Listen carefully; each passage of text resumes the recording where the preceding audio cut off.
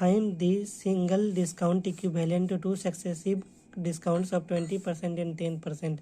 मतलब कि एक कोई सामान है, उसमें एक मार्क्ड प्राइस है, उस मार्क्ड प्राइस में पहले 20% डिस्काउंट लेस होता है, तो फिर जो रिड्यूस्ड प्राइस आता है हमें, उसमें फिर हमें 10% का डिस्काउंट मिलता है।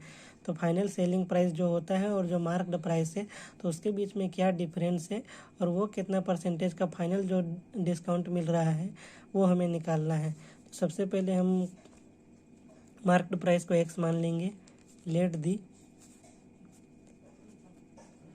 Marked price be x। उसके बाद हम निकालेंगे selling price after 20% off discount.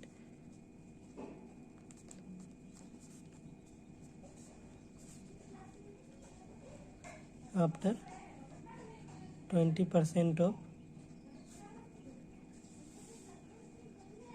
Discount is equal to 20% off discount मिल रहा है कि मतलब सेलिंग प्राइस होगा 80% ऑफ मार्केट प्राइस। तो ये हमारा हो जाएगा 80% ऑफ एक्स, 80/100 एक्स, तो हो जाएगा 4/5x। उसके बाद फिर हम निकालेंगे selling price after 10% of discount. मतलब कि सेलिंग प्राइस तो ये हो गया, अब इसमें हमें 10% ऑफ डिस्काउंट निकालना है, यानी कि 90% ऑफ 4/5x निकालना है। Selling price after 10% of discount, इसे हम सक्सेसिव डिस्काउंट बोलते हैं, इसीलिए यहाँ पे लिखा हुआ है 2 सक्सेसिव डिस्काउंट्स। मतलब पहले एक 20% का डिस्काउंट दे दिए, तो फिर जो प्राइस आया हमारे पास उसे फिर उसमें फिर हम 10% का डिस्काउंट दे रहे हैं। तो टोटल हमें कितना बोलते हैं इक्विवेलेंट सिंगल डिस्काउंट मिलेगा वो निकालना है। तो selling price after 10% of discount is equal to 90% of 4/5x। इसका हमें 90% निकालना होगा। तो 90/100 इंटू 4/5x। तो ये 0 0 कट गया हमारा, ये 2 बार में और ये 5 बार में। 9 2 18, 18/25x ये हमारा बच गया।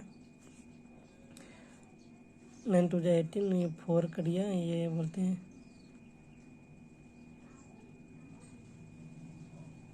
ये 5 बार में, 4 बार में, 4 2 बार में और ये 10 5 बार में, 18/25 आ गया।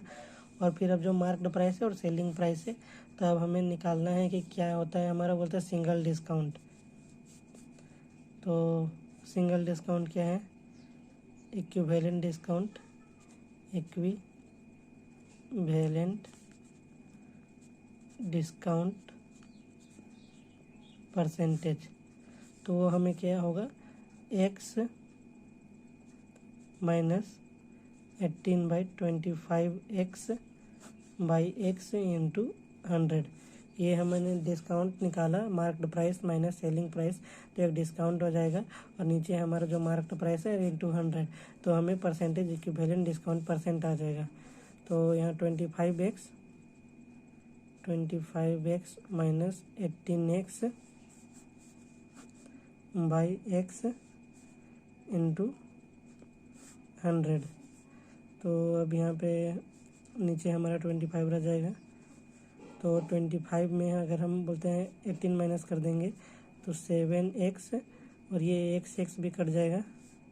तो 7/25 इंटू 100 आ जाएगा। 25 1 बार में, 100 4 बार में, 7 4 28%। मतलब उसे जो 20% का डिस्काउंट मिलता है, उसके बाद फिर हम 30% का उसी में डिस्काउंट मिलता है। तो टोटल वो 30% का डिस्काउंट नहीं होता है, वो 28% का डिस्काउंट होता है। क्योंकि सेलिंग प्राइस जो होता है मार्क्ड प्राइस में 20% माइनस करने के बाद हमें इतना मिलता है, 18/25x मिलता है। फिर 18/25x में हम 10% डिस्काउंट और माइनस करते हैं, तो हमें मिलता है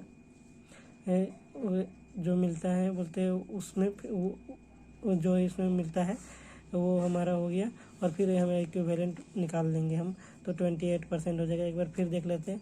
तो सबसे पहले तो हमारे पास मार्केट प्राइस है एक्स, उसके बाद selling price after 20% off discount, तो सेलिंग प्राइस 20% ऑफ डिस्काउंट के बाद है 4/5x, उसके बाद सेलिंग परसेंट उसमें 10% ऑफ डिस्काउंट लगाते हैं, तो हमारा 90% ऑफ 4/5x निकालते हैं, तो 18/25x होता है। मतलब पहला डिस्काउंट लगाने पे हमारा जो सेलिंग प्राइस होता है 4/5x हो जाता है। फिर उसी में हम लोग 10% का डिस्काउंट लगाते हैं, 4/5x में 10% का डिस्काउंट लगाते हैं, तो 18/25x हो जाता है।